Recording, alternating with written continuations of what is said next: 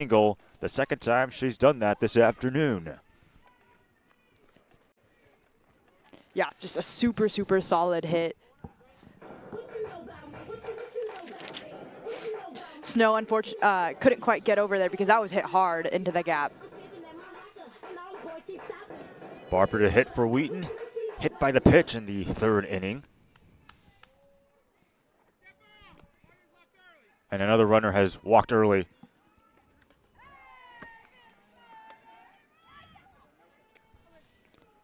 They will charge on Natalie McCarrigan.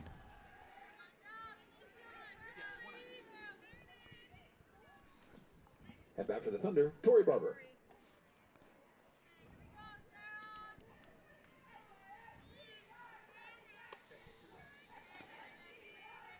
Barber is an elementary education major, and one of my good friends, Michaela Graves, they both taught at the same school, and they were right next door.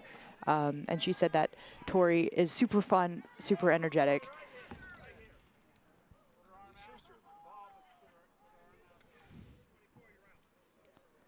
And they're calling Abby Whitehead out on first. So Barber getting hit on the elbow means nothing. Unfortunately, she's going to have to stand in the box a little bit longer.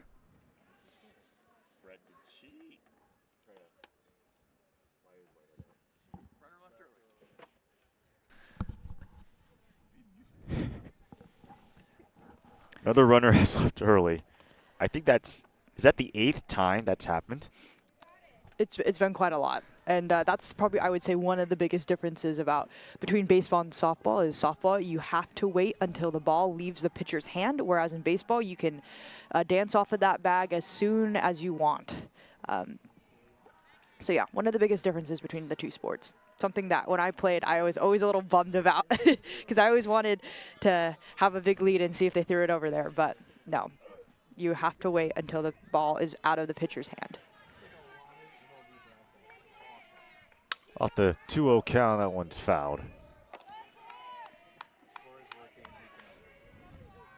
And I get the sense that a lot of these women, the reason why Wheaton has 7 or 8 outs because of just advancing, wanting to lead too early, is the fact that they probably want to steal these bases and want to be aggressive. Yeah, for sure, for sure. But regardless of the score, I think you always have to be pretty careful about that. 2-1 count. Bit of an infield pop-up. And the catch is going to be made by Riley Bill. And that will be the third out.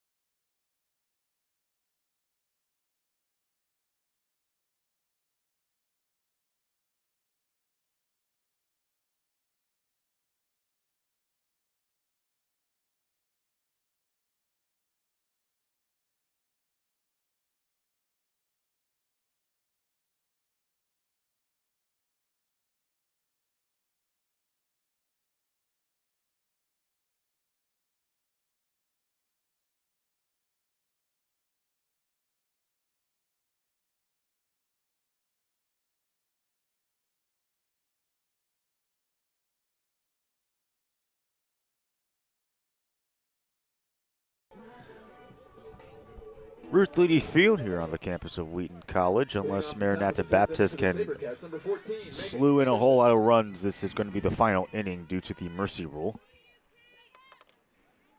As it's 25-0 in favor of the Thunder. Megan Anderson swings and misses on the first offering. Singled her last time out back in the top of the second inning.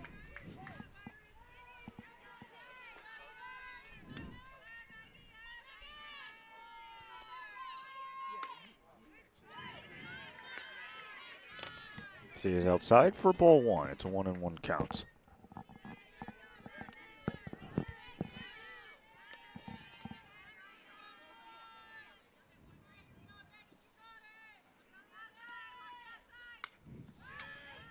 Third one's chopped foul. We were talking about this at the break for Wheaton, the fact that they put in Shyla Dozeman as well as Dylan Watson. Assuming Wheaton doesn't have to use them on Monday, that's only going to be beneficial for them, assuming that they'll get some playing time on Wednesday against Wisconsin Lutheran.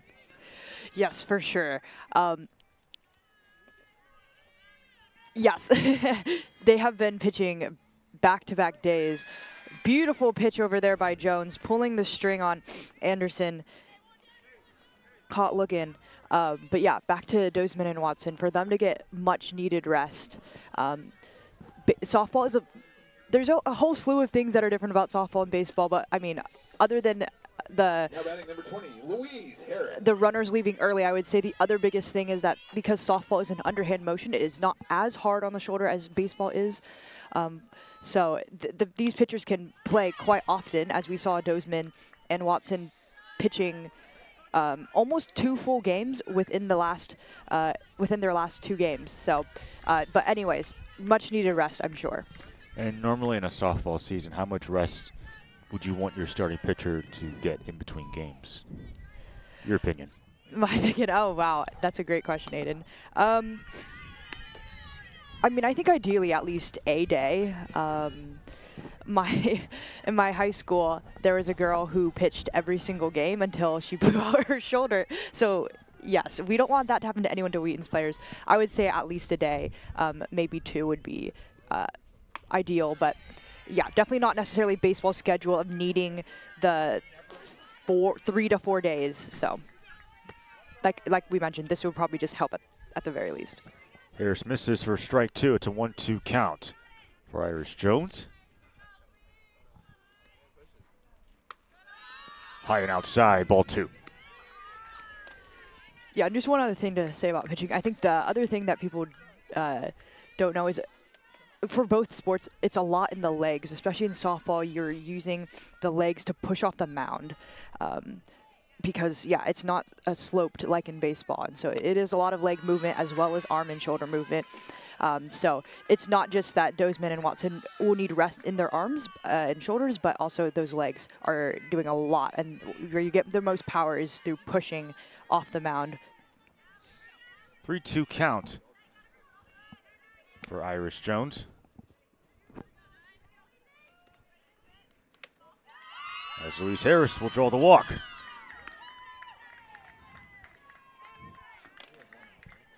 Yeah, that was a good at-bat by Harris by not expanding that strike zone.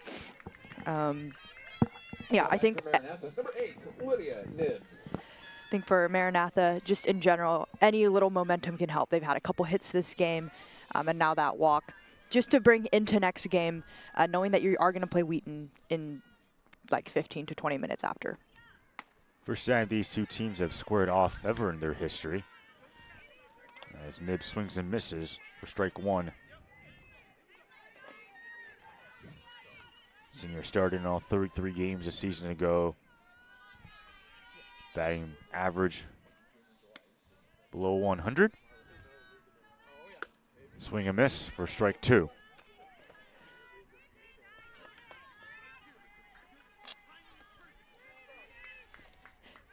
Coach Lawson saying that her timing is looking good, just the bat not quite the right angle there, so she's looking to put the bat on the ball, but Coach likes her timing, which is half the battle.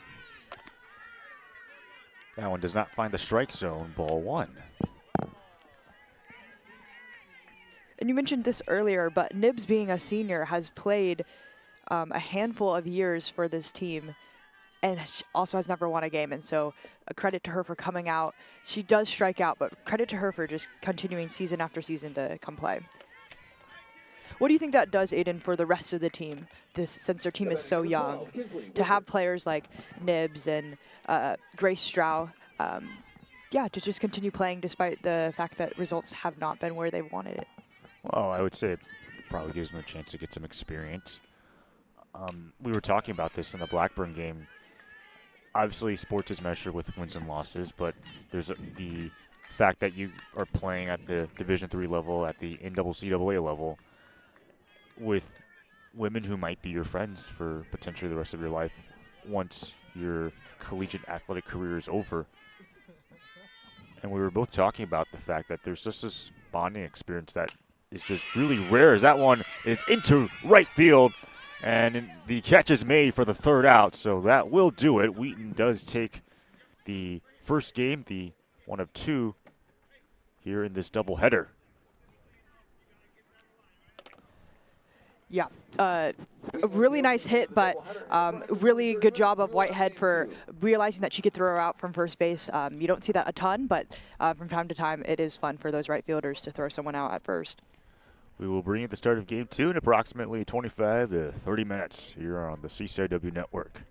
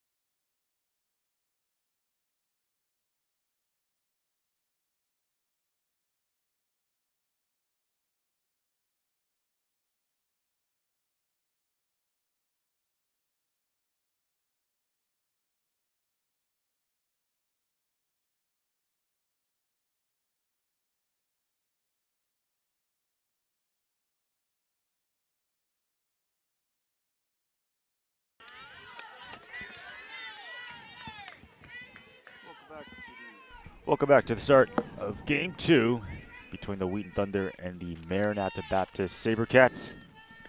It'll be Tori Barber getting the start for the Wheaton Thunder.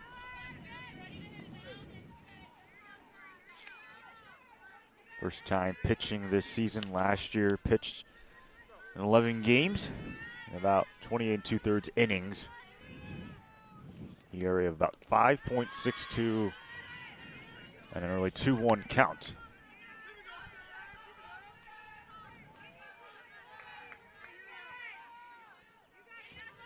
Straw up to bat for Maranatha Baptist on 2-1 count.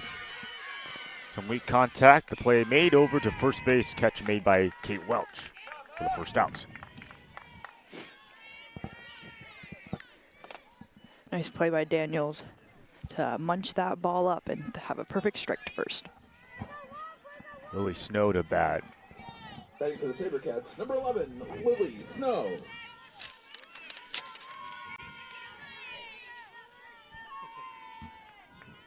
Sophomore at Tremont, Illinois, who played women's volleyball this season. 156 assists and 122 digs during the fall season. 1-0 count. Barber goes down low, swings it foul near the dugout of the Sabercats.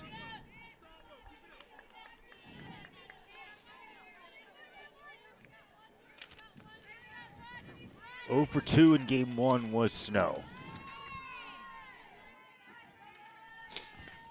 1-1 count. Swung foul. It's 1-2.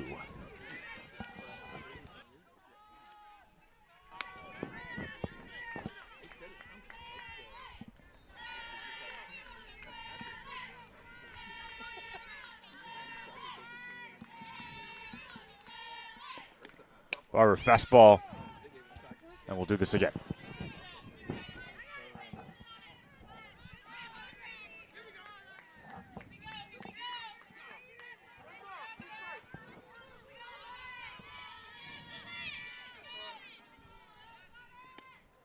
Swing and a miss. Snow strikes out. Yeah, Barber got her on that high fastball, got her chasing upstairs. Now batting number 18, Riley Bill. Here's Riley Bill out of the 3-hole.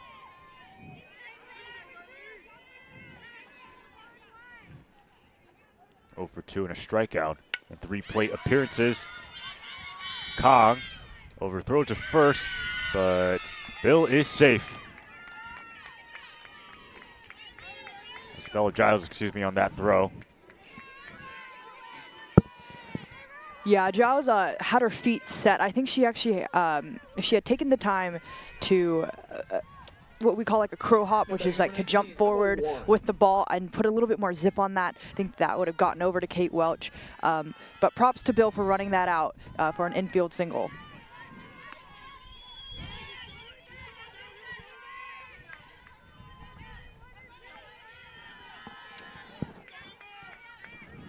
Here's now Emma Warren. She makes contact with that, but falls behind early. No balls and 2 strikes.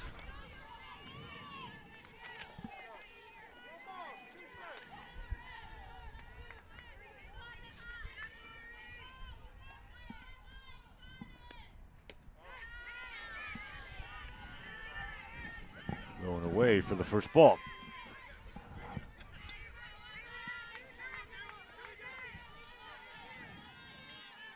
Barber went 3-3 a season ago. That one is going to be caught by Welch for the third out, and that will do it as we head into the bottom of the first between the Thunder and the Sabercats.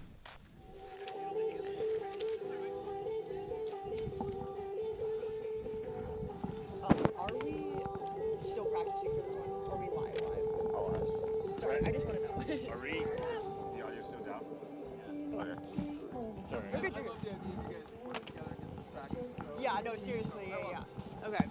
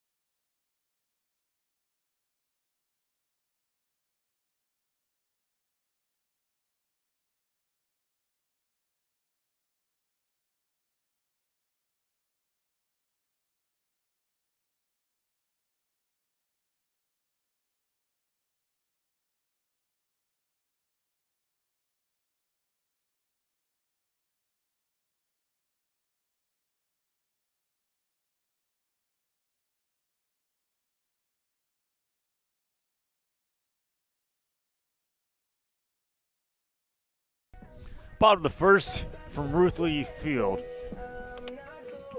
Sarah Stroud will get the start again after she started in game 1. Gave up 7 hits, walked 21 batters, an ERA, an earned run of 24. Had 163 pitches in that first game. Yeah, Ada and I were both a little surprised to see Stroud come out again, as they do have a couple other pitchers listed on their roster. Nice hit by Giles up the middle.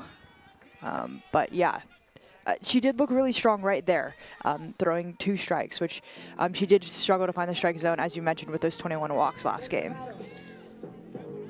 Now batting for Wheaton, number 4, McKenna Malika.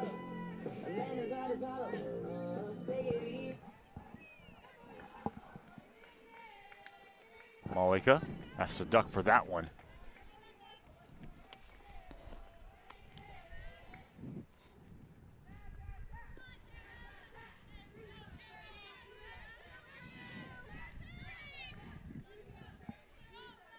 So he'll score 2 runs back in game 1. Second pitch is a called strike. Malika walked twice back in game 1. 1-1 count for Stroud. Low and away for the second ball. Check over at first, as Giles is still safe.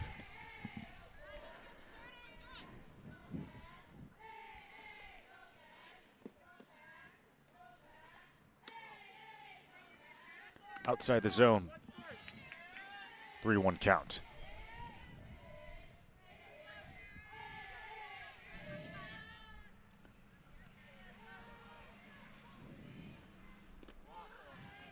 And also for the walk, Malika moves over to first, Giles to second.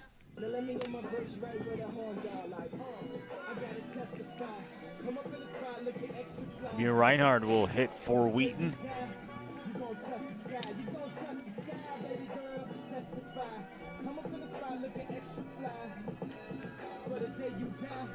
She was hit twice by a pitch, an RBI back in game 1. Now batting for Wheaton, number 18, The Mia SaberCats, Reinhardt. again, this is the first time these 2 teams have ever squared off.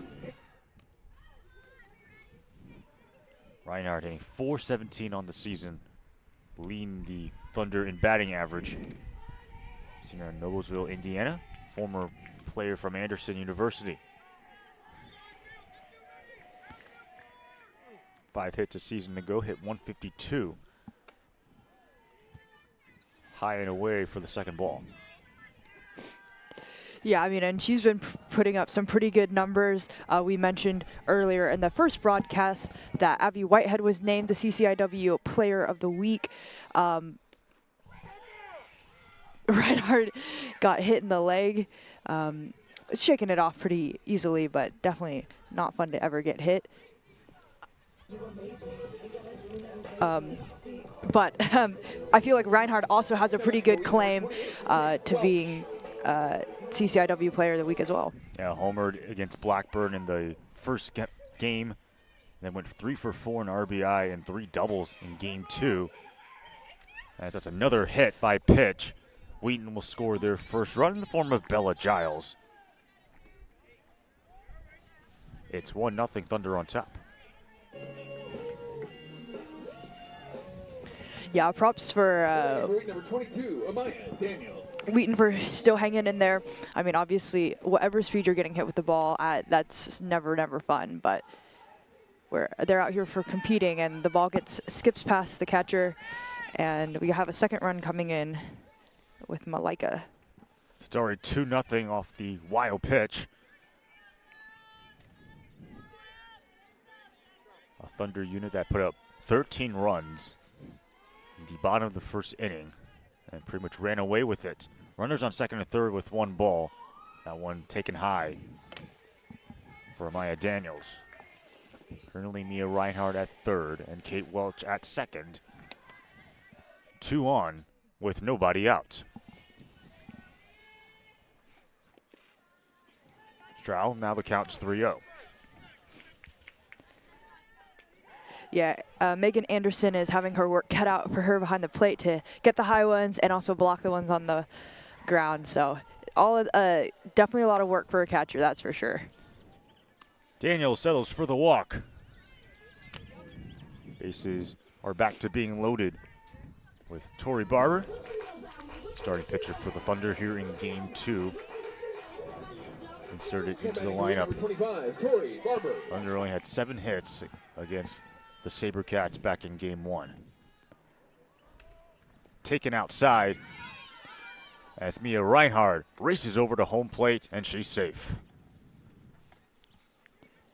Yeah, just an unfortunate tip off the glove by Anderson. I thought she had it there for a second, but she might have taken her eye off the ball, and it's just those are really small things that unfortunately start adding up really quickly. Barber's season to go. Hitting-wise, 6 of 24. Slugged .292 a season to go and 5 RBIs. Playing in her 49th game as she swings that one foul.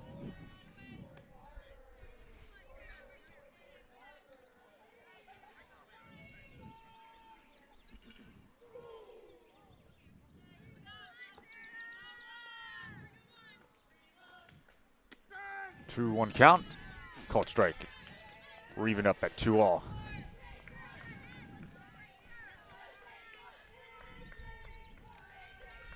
Currently 42 degrees with the temperature dipping a little bit.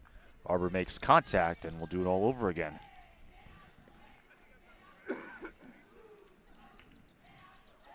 Only 8-mile-per-hour winds. Oh, wow. It definitely feels a little colder than 42 degrees, doesn't it, Aiden? Well, it says it feels like 40, which I'm not sure if I agree with that. Barber into center field. Chance to bring in 2 runners. She's going to try to go for a double. Barber stops over at second base. It's a 2 RBI double as the Thunder now lead 5-0. Yeah, nice piece of hitting by Barber to just poke that into center field, into the gap. They are shading a little bit to the pull side for right-handed hitters, meaning the center fielder is not playing directly in center, just playing a couple of steps or at least a handful of feet, maybe about 5 to 6 feet from the center of the field, and then right field is pretty far off that line. So if someone does poke it down the right field line, you probably have a chance for an inside the park home run. Natalie McCoggan, the freshman of Frisco, Texas, is in for Wheaton. Played a little bit in Game 1, so her 4th game. As Barber takes advantage of the chaos, she'll advance over to third. Yeah, and Natalie is actually part of Wheaton's concert choir, and all my roommates are part of the concert choir, and they have said that she's an amazing opera singer, and they wonder how she plays softball and does such an intense club on campus. So who are your other friends? I'm curious about now that you brought this up, but who are your other friends who do concert choir? So my direct roommate is Elise Rosenau. She's an art major. Ooh, just hit foul. And then Emily Fisher and Crystal Curtis are both voice majors in the Wheaton's Conservatory, and so they're our apartment mates. Wow. Do you know how much time commitment it is to be in concert choir? Yes. Let's see. They practice 3 times a week for 2 hours each or something like that. So it is quite a significant time commitment. I've heard it's the most out of all the choirs on campus. So yeah, like I said, quite amazing that she is involved in choir. They actually have 2 performances. They have a performance on Thursday night, which I'll be there, and there's a performance on Saturday night as well. So she has a very busy week. It's a 3-2 count for her. That one blasted up into left field, but it is foul.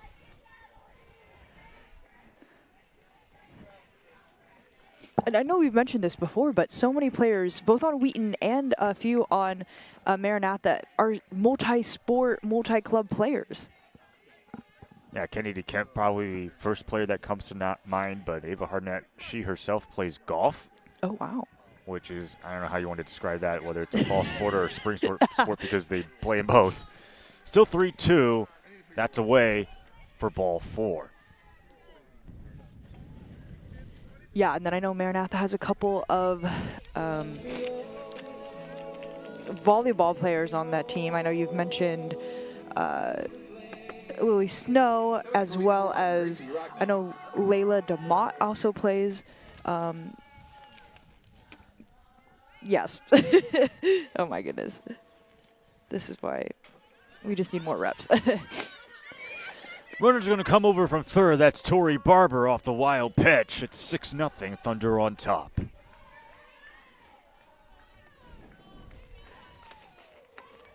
McCoggan also getting over to second. So Gracie Rockness still batting for Wheaton. Senior out of West Virginia, who is playing in her 70th game, if you include this afternoon. Hitting .250 on the season. Career-wise slugging .373. The count is 3 balls, no strikes.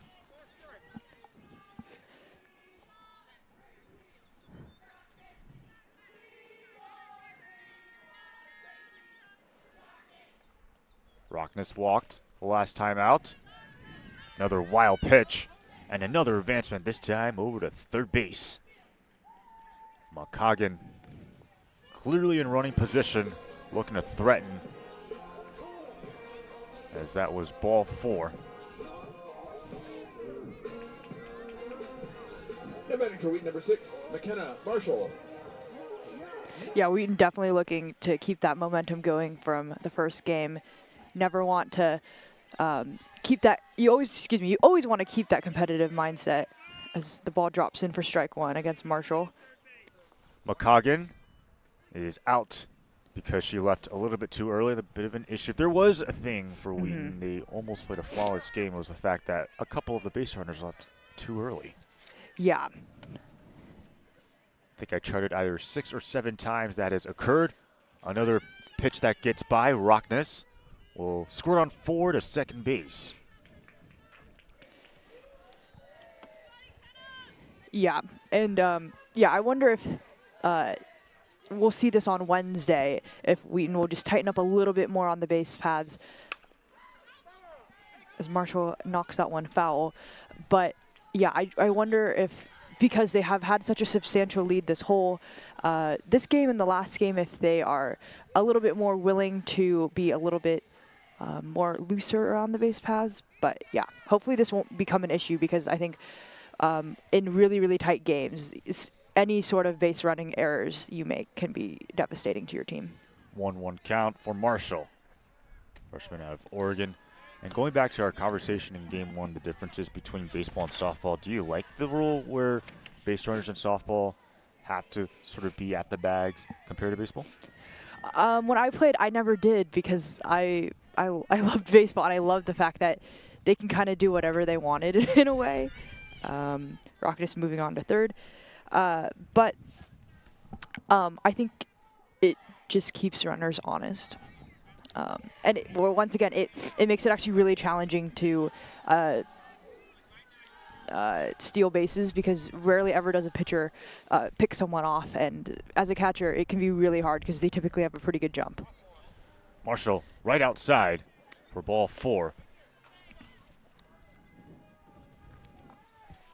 Bella Giles is back out, singled her first time out as we cycle back to the top of the lineup. And batting for Wheaton, number 3, Bella Giles. Runners now on the corners with 1 out.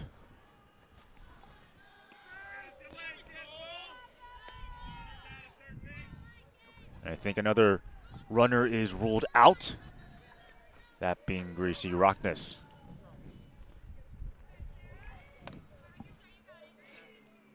So that somewhat takes a runner a scoring position, with Yes. Marshall the only one, albeit at first.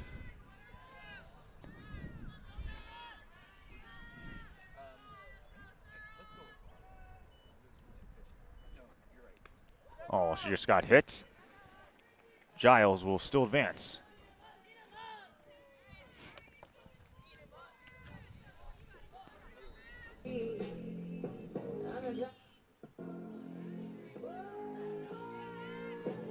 Thunder got hit by pitch 8 times in game 1.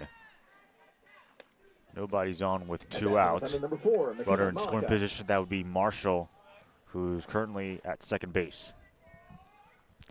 Yeah, an interesting note I've noticed is the catcher Anderson has gotten pretty close to the hitters now.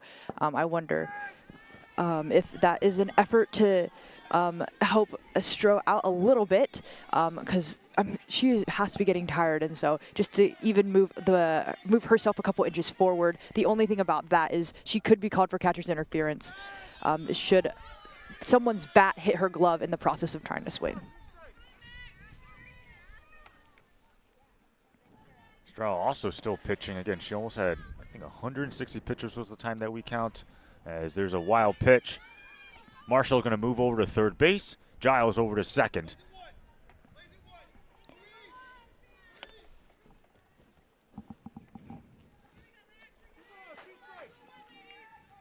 But 163 pitches for Stroud back in game one. A 2-2 count for her. Down near the knees. Raw knotted up 3-2.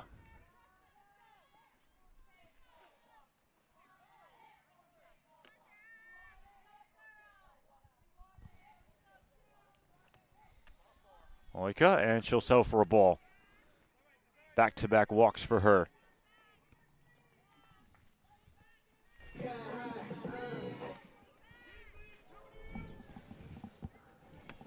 Mia Reinhardt is up next.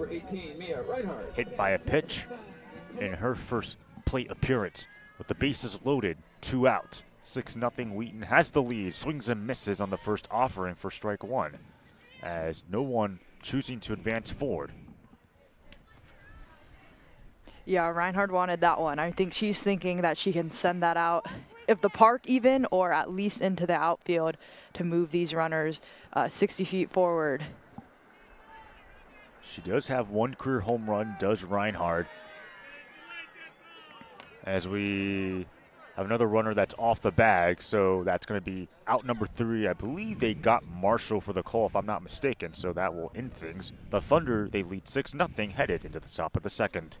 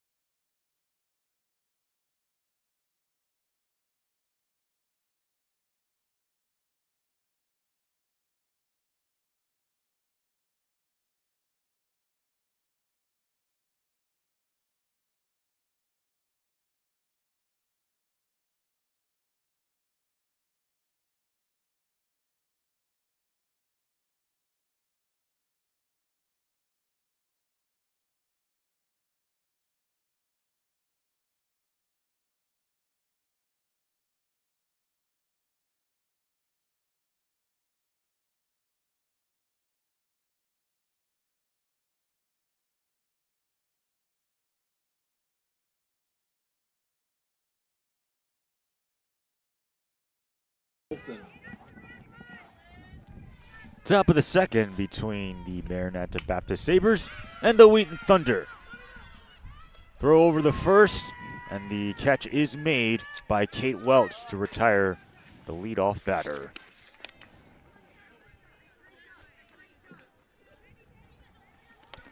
Now batting for Maranatha, number 8, Lydia Nibbs. Yeah, even in just these first couple of batters in this game, I feel like Maranatha has made some better contact than they did last game. What do you think about that, Aiden? Yeah, I would have to agree with you on that. It's just the only other question is just trying to get on base. That's the next step, as Nibbs is up to hit. Gets it over to Bella Giles. Giles throws her out.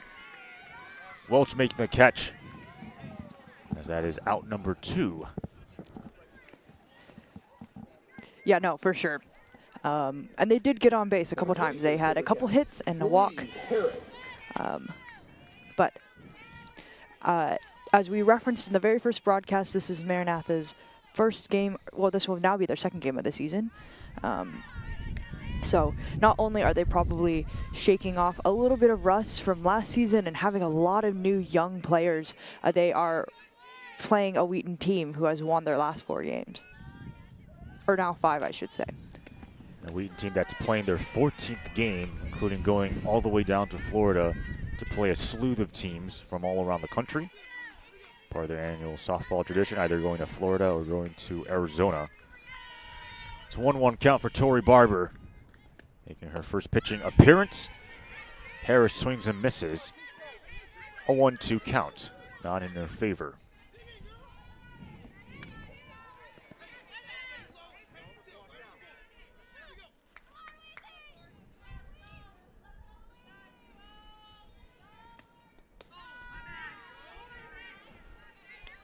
Barber throws it at the dirt, 2-2 count.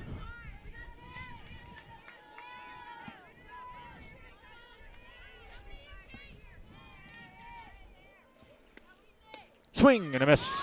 Barber strikes her out.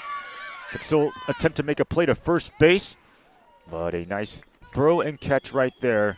McCoggan making the play and Welch making the catch for out number 3 as we head into the bottom of the second. Wheaton up 6-0.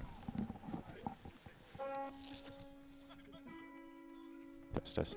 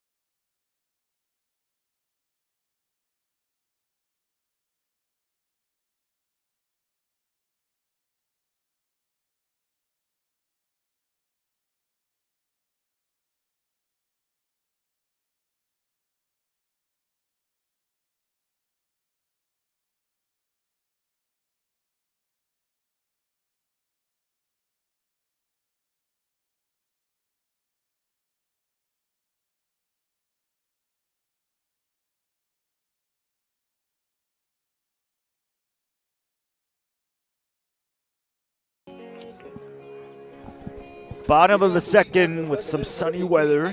Sun nearly setting from Ruth Leedy Field. Mia Reinhardt is batting.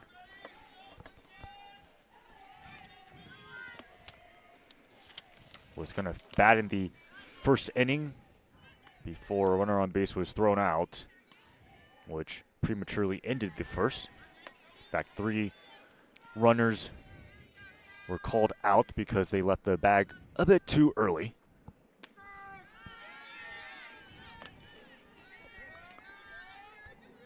Reinhardt has seen a couple of pretty good pitches that I am certain that she can crush, but still remaining patient, and we'll see what she can do at this at-bat.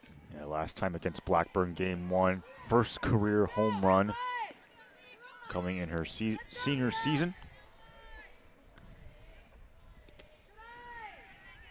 Down near the knees for ball 2.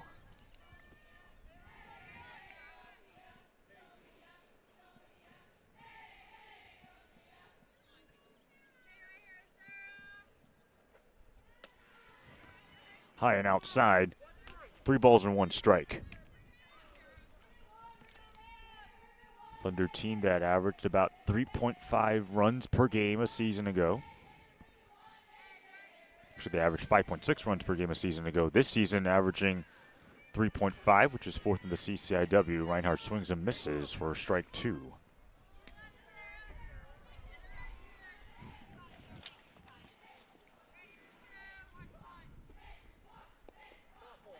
That's ball 4. Reinhardt's going to take the walk.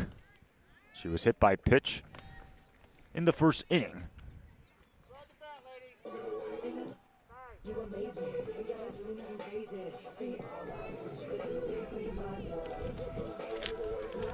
Hitting for Wheaton, number 28, Kate Welch. Kate Welch hitting for Wheaton. She was hit by a pitch back in the first inning herself as Wheaton looks to build onto their 6-0 lead. Fun fact about Kate Welch that I found out from one of my roommates who shares creative fiction, or excuse me, probably creative nonfiction. She lives in a farm in Michigan. Wow. Yes. And apparently loves that, the rural life. And Natalie McCragen as well also lives on a farm, and her family raises sheep.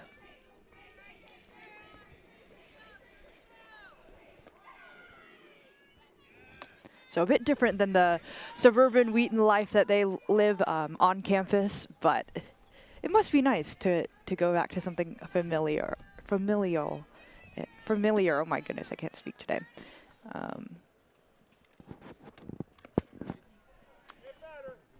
Looks like Kate Welch will take the walk.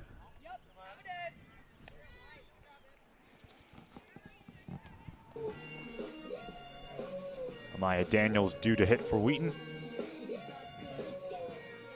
Runners, they're on first and second. Nobody out.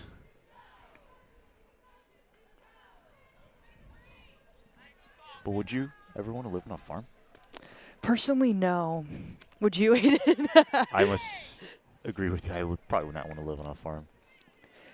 Where I'm from, it's a really weird town because there's 90,000 people in the town, but there's definitely farmland. And my town has like a background in like cowboy-esque vibes. We like ranch families. It was started by a rancher, and we have a rodeo that's been going on for over 100 years that I've never been to. So yeah, I guess I'm somewhat near the farm-ish life, but I'll admit I really like my suburban life. I also like it as well. I've only been to one rodeo my entire life. That was the Houston rodeo a really long time ago, to be fair. Would you recommend going to the rodeo? At least to experience it once. Okay. Even if you're not a big fan of rodeo, I would say just go once and see for yourself. Okay. Sounds good. Got a quick break in the action with Coach Lawson calling time. And Daniels also was hit by a pitch on that last one while we were still talking about farms and rodeos.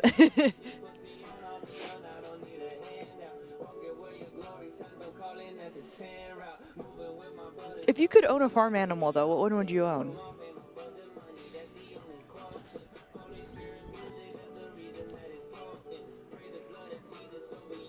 Either a sheep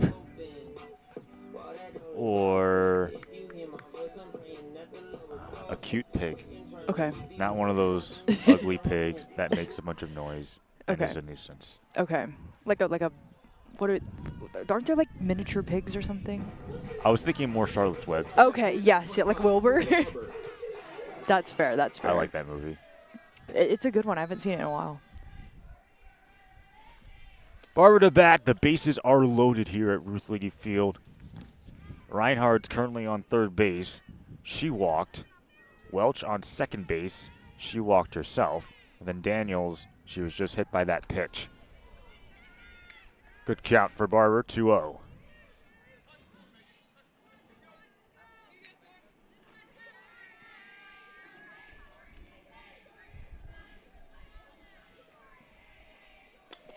Barber does make some contact on that. They're going to say it's foul. I think something cool to note about the Division III level is the fact that you have a lot more utility players, people who are willing to play multiple positions for the team. Yeah, no, that's for sure. I mean, Barber is one of those. She pitches and she plays infield and... Barber, that one getting into right field. One runner will score. It's going to be an RBI single. Make that 2. So a 2 RBI single as Mia Reinhardt and Kate Welch come home. And it's 8-0 Wheaton. Yes, but yeah, back to your comment about utility players. I mean, yeah, it's just so fun to watch. And it just proves like just truly how athletic these women are. Barber had a 2 RBI double in her first at-bat. Now a 2 RBI single here in the second inning. 4 RBIs already. First time this season that one is pulled to the left side, and it's an 0-2 count.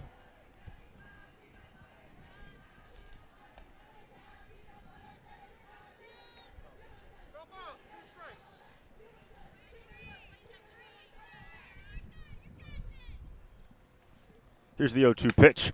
Swung on into left field, back at the wall, and it is gone. What a nice home run. Natalie McCoggin sending that one out of here for her first home run in her collegiate career. Yeah, coming on an 0-2 count as well. Yeah, just such a nice hit. That's got to be such a nice feeling.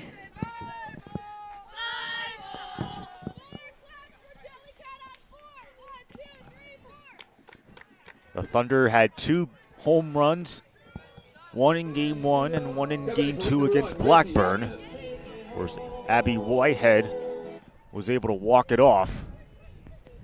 Make that 3 home runs in 2 games, I should correct myself.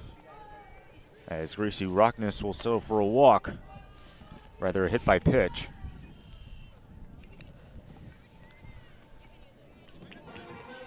But Mia Reinhardt had a home run in game 1. Abby Whitehead had a home run in game 1. And then Whitehead had what would be a walk-off home run in game 2 to give Wheaton the sweep over the Blackburn Beavers.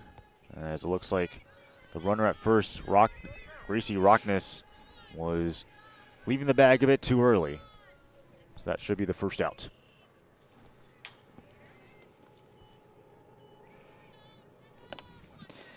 Yeah, and most girls, when you're learning how to play softball, you're taught to swing your arms with the pitcher. So perhaps if someone gets on, we might see that. We might not until the next inning. But when the pitcher goes up into her windup, right now your arms would be going back and then forward, and you would take off. So you can just time it right, because once again, you have to be able to time that perfectly. I saw one of the Wheaton players doing it earlier. Very subtly, but you still kind of move your arms just to keep up that timing. 2-0 count for Marshall, who's currently at the plate. Right outside for ball 3. Stroud has been a warrior so far, I must say. She's got to be at nearly 200 pitches at this point.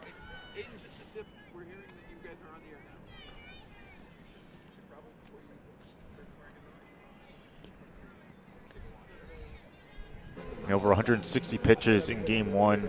She's now at 69 pitches here in game 2. So you're right, it's about 200 split between these 2 games. And this is her first ever collegiate game. This has got to be huge for Maranatha, despite the fact that you are down 11-0 in the bottom of the second and you lost 25-0 earlier. You want to still have standout players, and I feel like Grace Stroud is definitely, or excuse me, that's her sister, Sarah Stroud, is definitely proving her mettle right now. Marshall ruled out. Another runner has been basically thrown out. That's now 5 times where he had runners being ruled out of the game because they left the bag too early. It's a 2-0 count.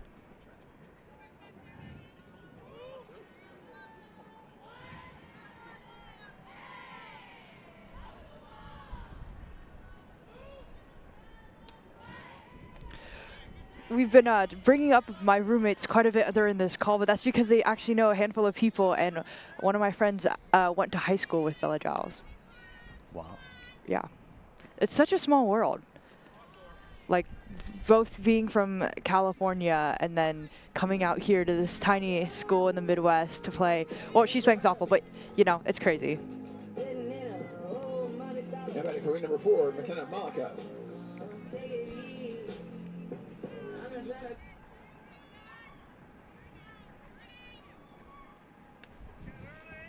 Malika setting for 2 walks, as it looks like the runner on first base, being Bella Giles, stepped off a little bit too early. So just like the way the first inning ended, the second inning ends the same way, with all 3 base runners leaving a bit early. Still 11-0 as the Thunder pile in 5 runs in the bottom of the second.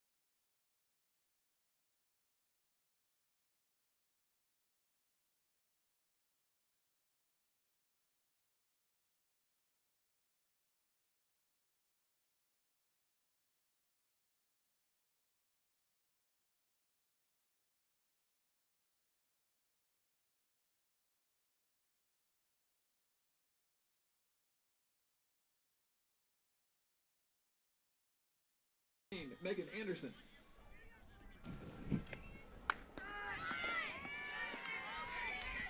First pitch is a strike. Megan Anderson to bat, the sophomore out of Green Bay, Wisconsin.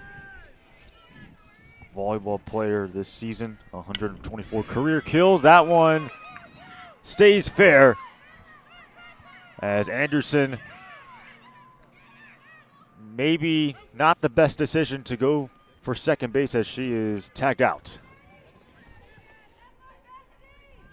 Yeah, that was really, really nice contact. Probably the best contact all day. Unfortunately, I think she just kind of hesitated around first. Perhaps was not thinking about going to second. And by the time the base coach, urged her on, the throw beat her. But it was really good contact.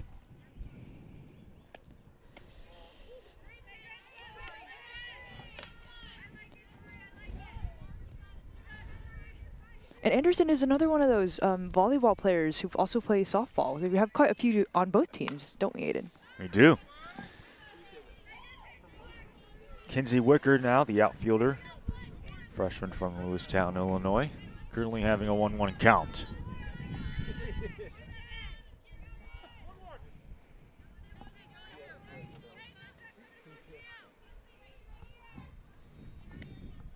Swing and a miss.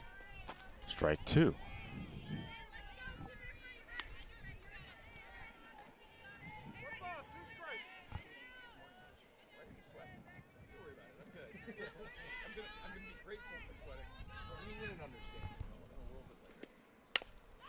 Weak contact. That one gets over to Giles, and the play is made. Good extension by Kate Welch to record the second out. Yes, very nice extension and dig from Kate Welch to grab that one out of the dirt. Wickert was hustling up that line, and so Giles definitely had to hurry that throw a bit.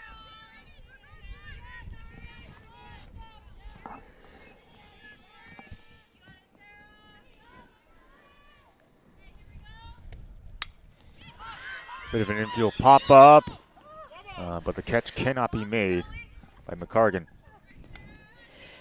Yeah, she had a little bit of room, but quite close to the fence, and I don't think that she knew that she had that much room to grab it, but good chase by both Welch and McCagran.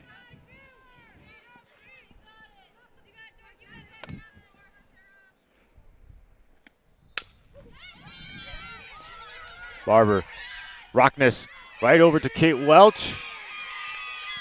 And they're going to say that Trout is safe over at first base, the second hit by the SaberCats. Yeah, good throw by Rockness to make that play look close. Now batting number 11, Lily Snow.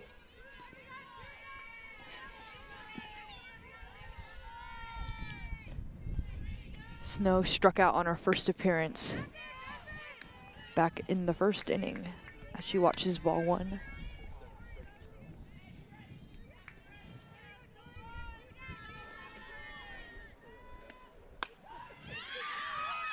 Up in the right field, and it's a blooper and a base hit. Back-to-back singles for the SaberCats. Looking to score for the first time this season. Yeah, this is for sure the most momentum they've had all day. Number 18 for Maranatha. Coming in the form of a couple of hits, and they've already doubled their amount of hits in the second game. Riley Bill now at the plate. Got on to first base with an error from the shortstop.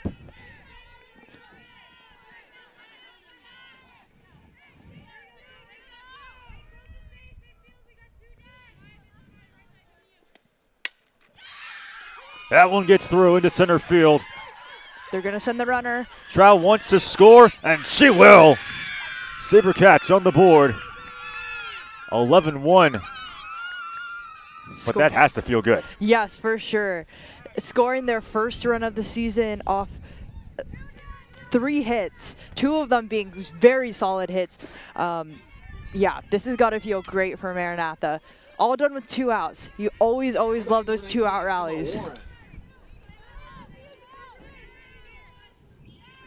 Here's Emma Warren lined out in her first at-bat. 2 on with 1 out. Swing and a miss for strike 1.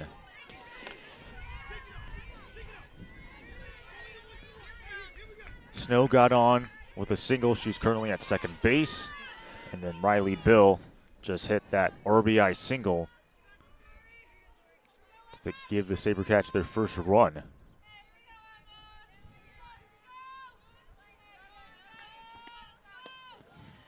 Back-to-back strikes there for Tori Barber. Yeah, and it just feels like the Maranatha bench has warmed up a little bit, come alive a little bit more than they have all day, which makes sense. They've scored their first run, and it's great to see. 0-2 count, that time outside. A SaberCats team that last season was shut out 18 times while giving up 20 runs in 10 of their games. Going down low and missing is Warren. They're going to call a drop third on that one. But Barber will pick it up, and the throw went back to Barber, who throws it off to Welch to end the top of the third.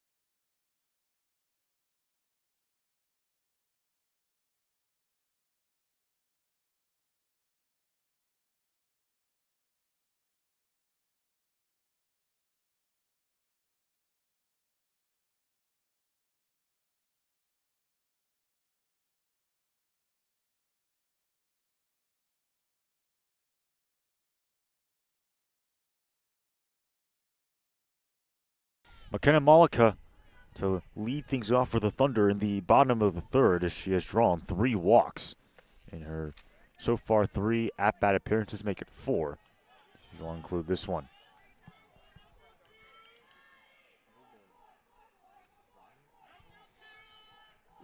Sarah Stroud, who pitched the entire first inning, remains out there for the second.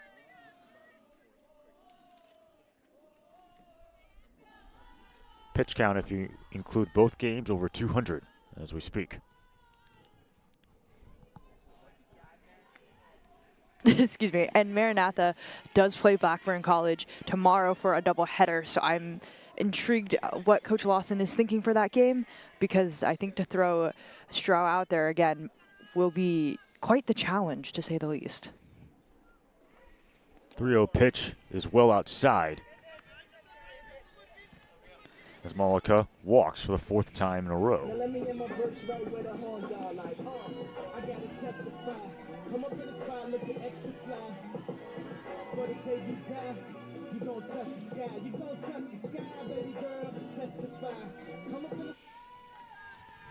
Here's Mia Reinhardt, hit by a pitch the first time up, and then she also walked. Yeah, control a bit of the issue for Stroud today. Wheaton has had some solid contact against her, but a lot of it has been just pitches missing the strike zone and Wheaton not biting on them. Wheaton has been walked 10 times as Malika easily advances to second off the wild pitch.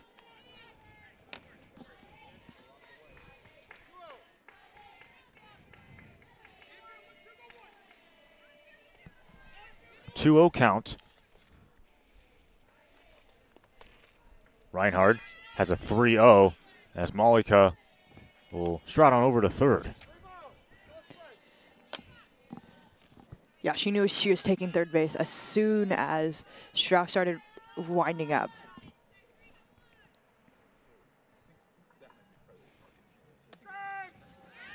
Called strike. Count is 3-1. The runner in scoring position. Malika on third base. Nobody's out.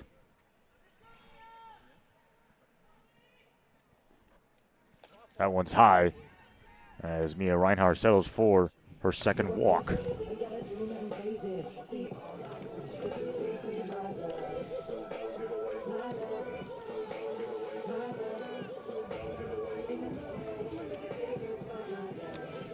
Now batting, Kate Welch.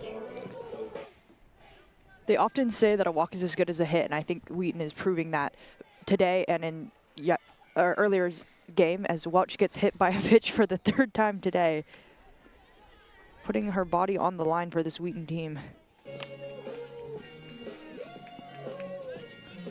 Now batting for the Thunder, Amaya Daniels.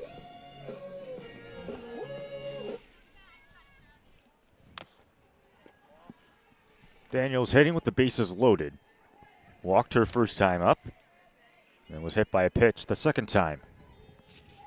Playing in her 5th game.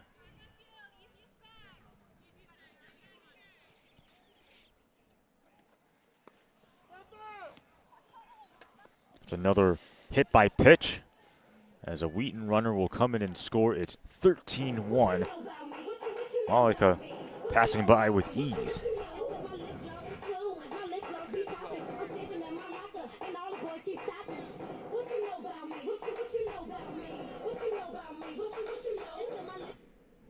Tori Barber, 4 RBIs in the last 2 at-bat appearances for her. And here comes another run. And it looks like Reinhardt is safe at the plate.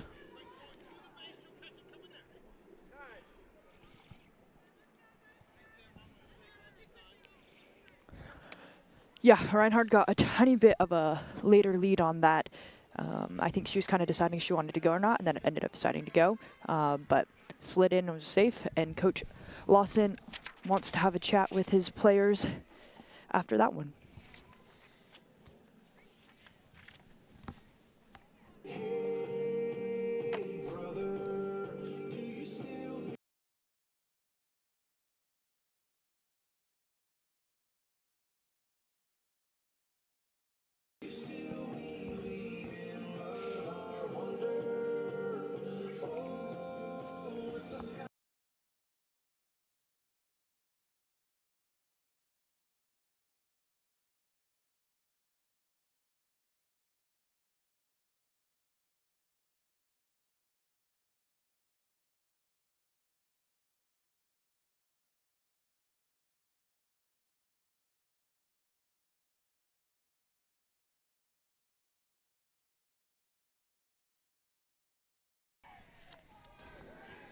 Tori Barber to bat.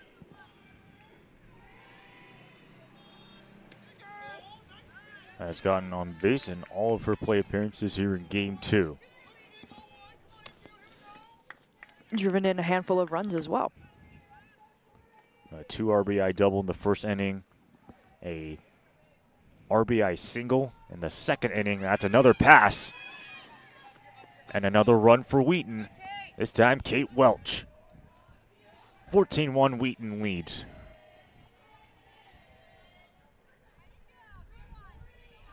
Amaya Daniels also passing through. She's at third.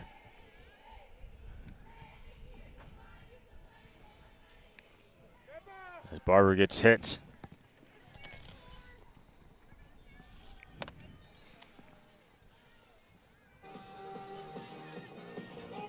McCoggan is up next. Now batting number 20, Natalie McCoggan.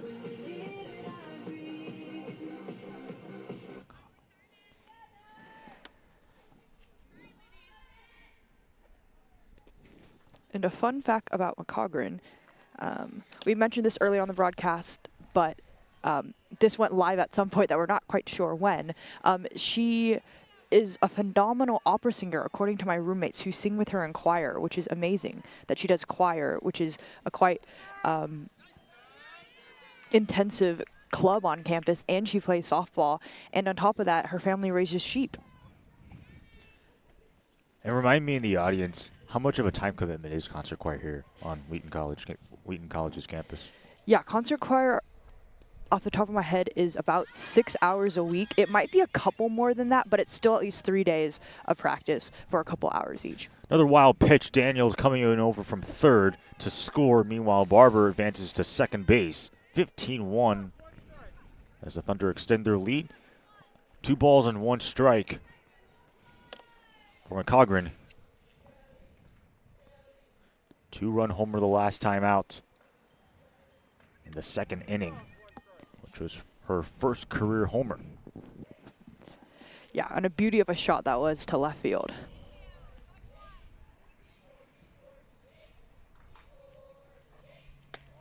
Not going to give her a chance. Instead, McCoggan will walk.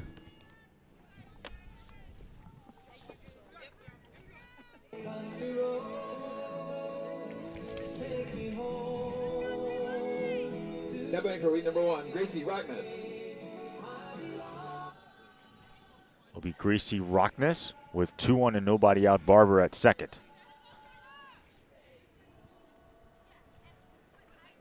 Rockness, does that stay fair? It is fair.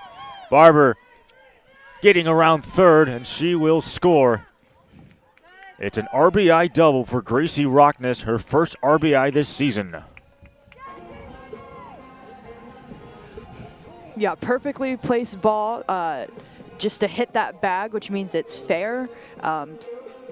I can't exactly remember who, but someone else hooked a ball just foul earlier last game, so it was unfortunately not fair, but nice double by Rockness there to bring in another run. And it looks like someone left the bags early.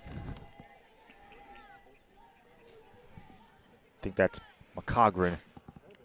So now only one runner is currently on one of the bases. That's Gracie Rockness. She's on second.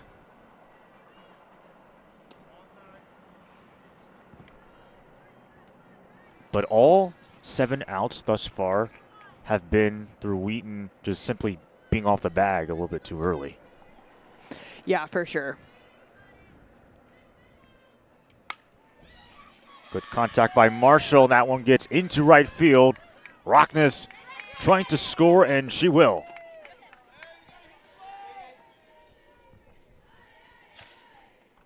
Marshall going to stay over at first. So an RBI single from McKenna Marshall.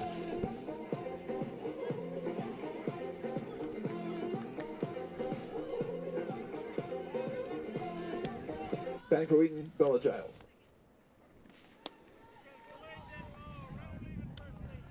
And another runner has left. Marshall, who just had that RBI single, is ruled out. So now 2 outs, nobody on. 17-1 Wheaton has put up 6 runs in the third, just like when they did in the first with 6 runs themselves, and then another 5 in inning number 2.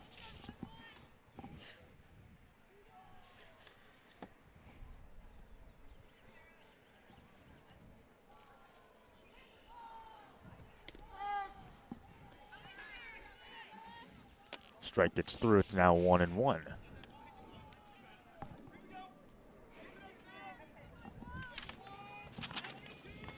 Giles 2 for 4 against Blackburn in game 2. She had 1 hit and an RBI in game 1.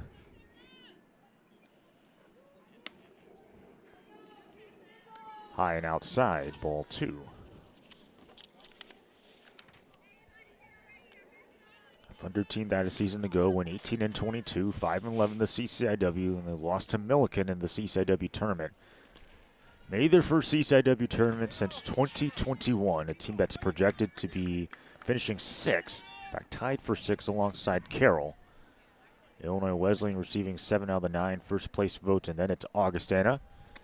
Carthage, Milliken, North Central, Wheaton, Carroll tied for 6th, North Park and Elmhurst, as Bella Giles settles for a walk. Back-to-back for her. Now batting number 4, McKenna Malika. Here's Malika. Walk the last time out. Another runner that just left early. That will end the inning. On Giles. 17-1.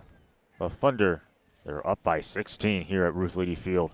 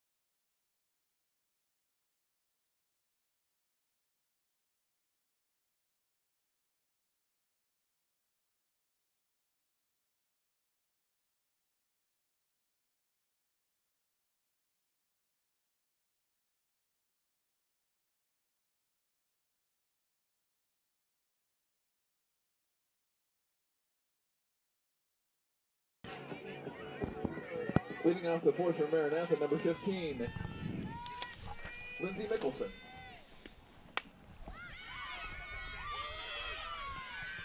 Catch made by Rockness. The throw to first is in time.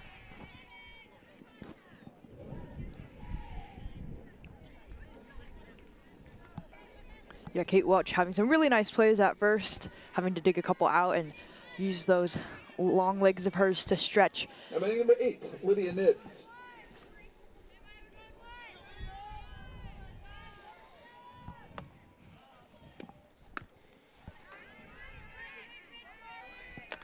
Nibbs swings through for strike 1. Senior who started in all 33 games. Only 3 hits on 54 at-bats for her. Swing and a miss. It's strike 2. Sabercat able to record a run in their last inning.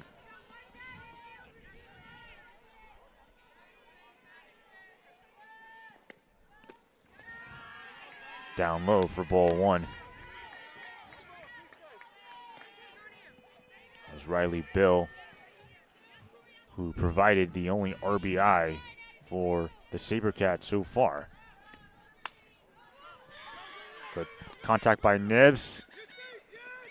And it looks like Nibbs will be safe.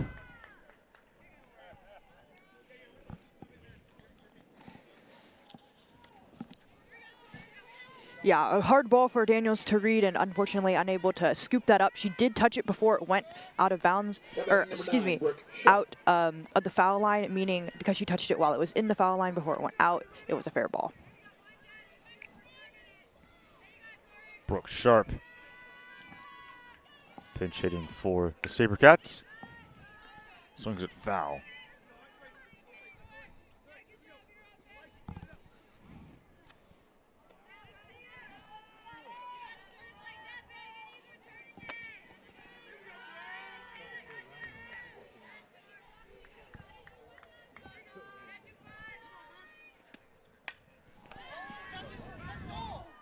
That one pops up. The count is 0-2 with one out.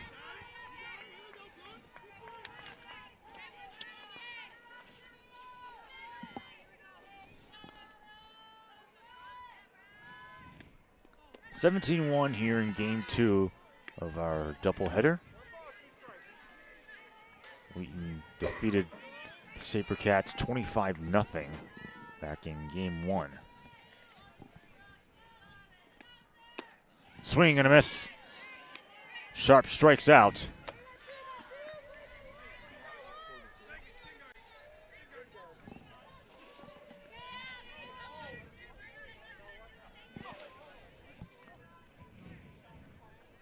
It is a little more chilly than before. We mentioned at some point that it was about 40 degrees, but the sun has now disappeared behind the trees as it continues its descent for the night. Feels like 34 degrees. Yeah, this feels a little bit more like that. It's a tiny bit cold, wouldn't you say, Aiden? Wind blowing at about 8 miles per hour to the west, gusts of 12. Slapped on over to third base. Daniels throws it over to first. What a scoop by Welch. Indeed, and that will be the third out. Heading into the bottom of the fourth, Thunder leads 17-1.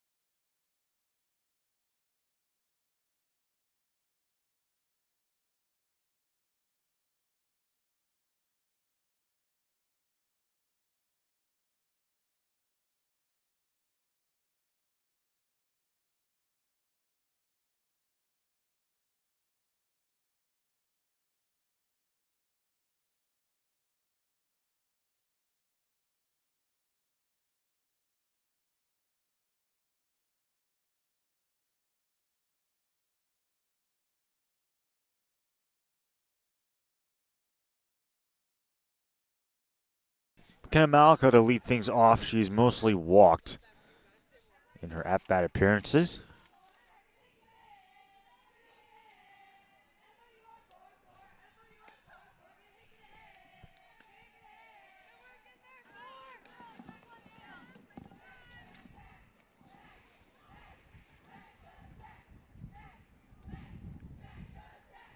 Malika with 2 RBIs back in game 1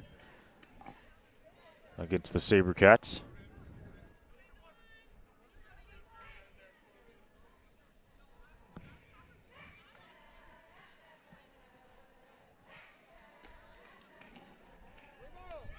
It's a 3-0 count.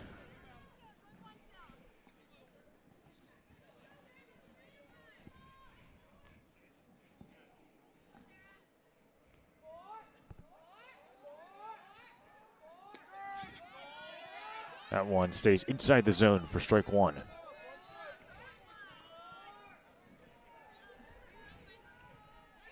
for Stroud right now in game 2. Pitch count is at 103. Over 160 pitches in game 1. That means she is approaching, if I'm doing my math correctly, what, nearly 270? Something like that. Definitely super high, especially for a first game of a season. Malika will walk.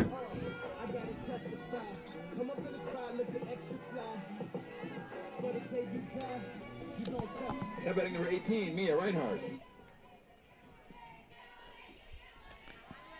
Mia Reinhardt is at the plate, still searching for her first hit. She has gotten hit by a pitch and walked her last 3 times up. Or I guess I should say 2 times. But officially for Stroud, it's 273 pitches she's thrown in the 2 games combined.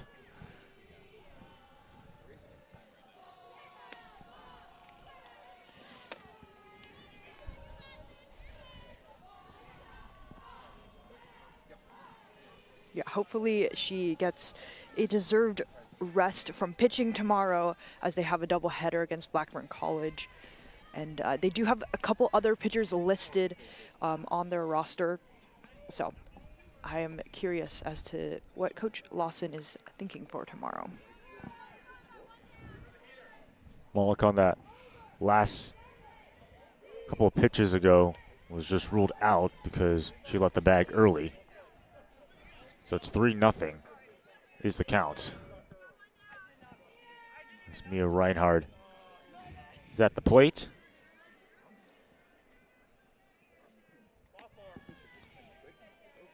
Reinhardt drawing the walk. Kate Welch is up next.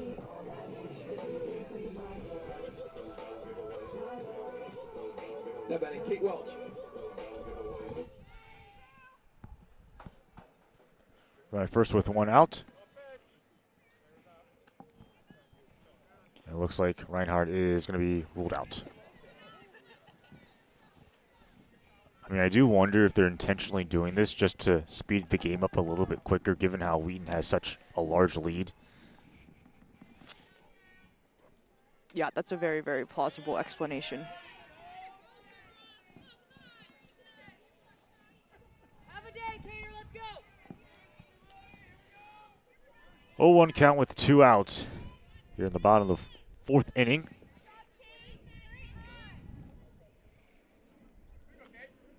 If Wheaton can hang on in the top of the 5th, they'll automatically claim victory.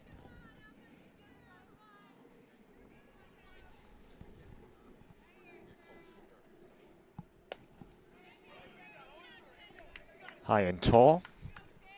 Ball 2 to 2-1 count.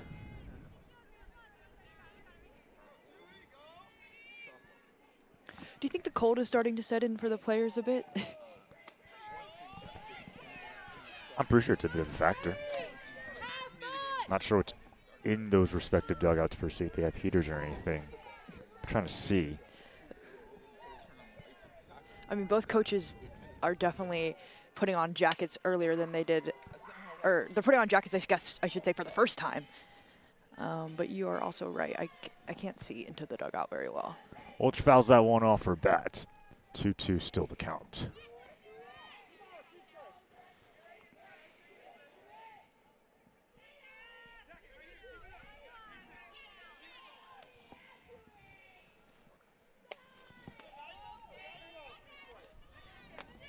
We're now full. The count is 3-2. Welch 1 for 2 against Greenville and a double in that contest a couple of weeks ago. There's ball 4.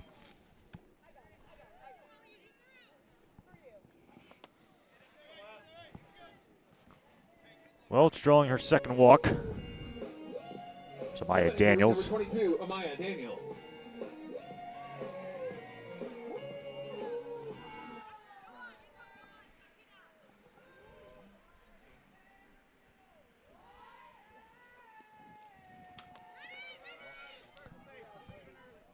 It looks like Kate Welch ran off the bag early, and that'll bring up out number 3.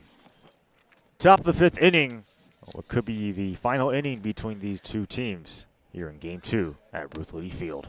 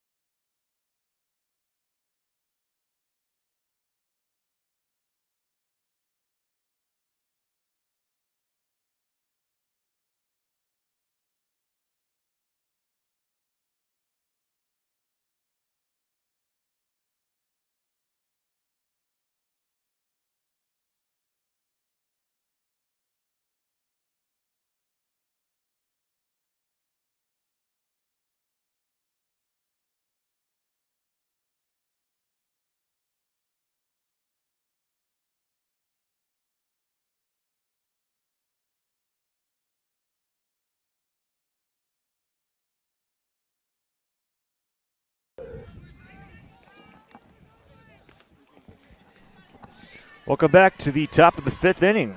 The Wheaton Thunder and the Maranatha Baptist SaberCats. Could be the final inning between these two teams. That's going to be a hit there from Olsmad. And the first out recorded. Now batting number 2, Sarah Struck. Yeah, Tori Barber has pitched a very nice game so far.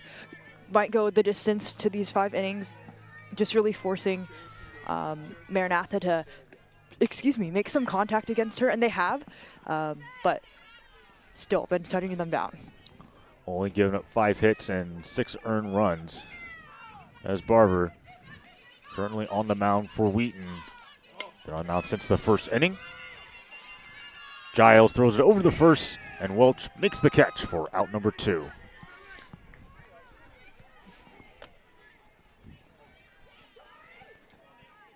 The SaberCats are down to their final out of Game 2. Lily Snow. Stowe now up to bat. Had a single in the 3rd inning. It's going to be back to Giles, and she makes the catch. Does Welch, and that will end it 17-1. Wheaton sweeps the SaberCats. What a very impressive performance for Wheaton, both here on Monday and also on Saturday. Yes, for sure. They are riding now a 6-game win streak going into Wednesday, where they will be playing Wisconsin. Yep, Wisconsin Lutheran. Thank you. Wisconsin Lutheran. But yes, just a good day out for Wheaton. Being patient, not expanding the strike zone, and some really solid pitching from players who aren't named Shyla Dozeman, who's a CCIW Pitcher of the Week, as well as Dylan Watson. Both of those players had been pitching so much lately, and so this is probably a well-deserved and well-needed break. Victoria Barber will get the win. Sarah Stroud will be credited for the loss. For Maranatha Baptist, they will be taking on Blackburn tomorrow in a doubleheader alongside Stephanie Keisha, Maiden Kong signing off on the CCIW Network.